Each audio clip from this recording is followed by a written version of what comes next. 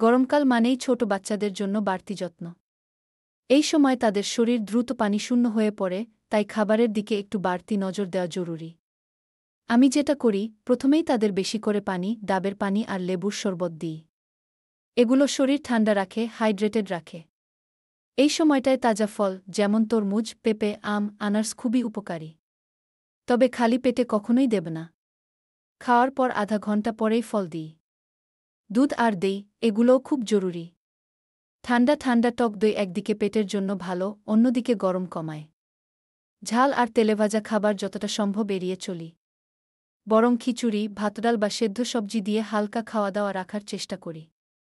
সবচেয়ে গুরুত্বপূর্ণ বিষয় হল বাচ্চার মুখে যেন খাবারের প্রতি আগ্রহ থাকে।